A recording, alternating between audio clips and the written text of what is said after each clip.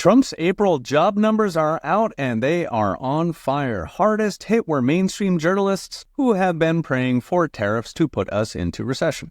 Last week, the Bureau of Labor Statistics reported April jobs rose by 177,000, blowing out expectations of just 133. This was a big deal since it's the first month of the trade war, which hit globalized stock markets so hard. Most important, all the jobs were private sector. Government jobs were actually down thanks to DOGE. So there's a big change from Joe Biden's long 4 years where most job growth was either government adjacent, so social assistance jobs, which the Wall Street Journal calls the welfare industrial complex, or they were literally government workers who are, of course, largely parasites who produce nothing. In fact, under Biden, government-funded jobs accounted for all job growth in some states. So in California, 96.5% of job growth last year was government jobs.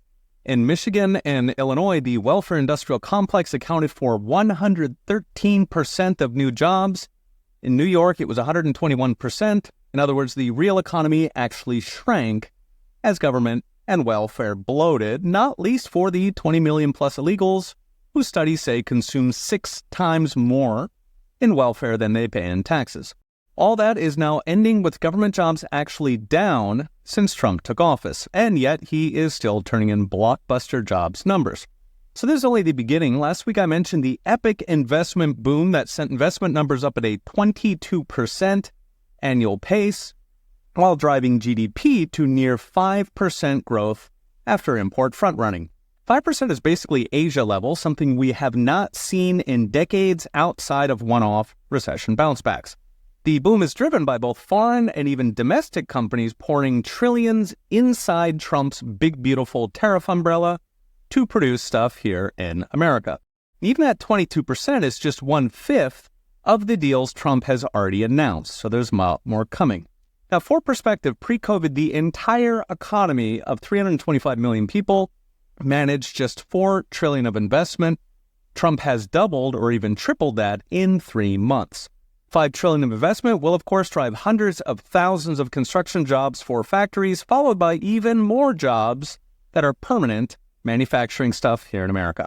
Ironically, this could actually raise unemployment rates as millions of Americans who dropped out of the job market under Biden start looking for a job now that they no longer have to compete with minimum wage illegals. Guarantee media will play dumb when the unemployment rate does go up. So what's next? Brought to you by Unchained.com. We are going from an economy driven by government spending to an economy driven by building factories. Under Trump, wages are already growing at 3.8%, which is a solid pace. That's before the investment tsunami hits. As those investments play out, as mass deportations and above all self-deportations proceed, wage growth could soar, especially for the young and blue collars. We're already seeing the ducks line up. The Bureau of Labor Statistics just reported that the nationwide employment level is now flipping, with hundreds of thousands of jobs flipping from foreign-born workers to native-born workers. Investment is reindustrializing America much faster than I expected, and combined with deportations, millions of American workers could start the long road to making up the wages they lost under Biden. Okay, we'll be watching. See you next time.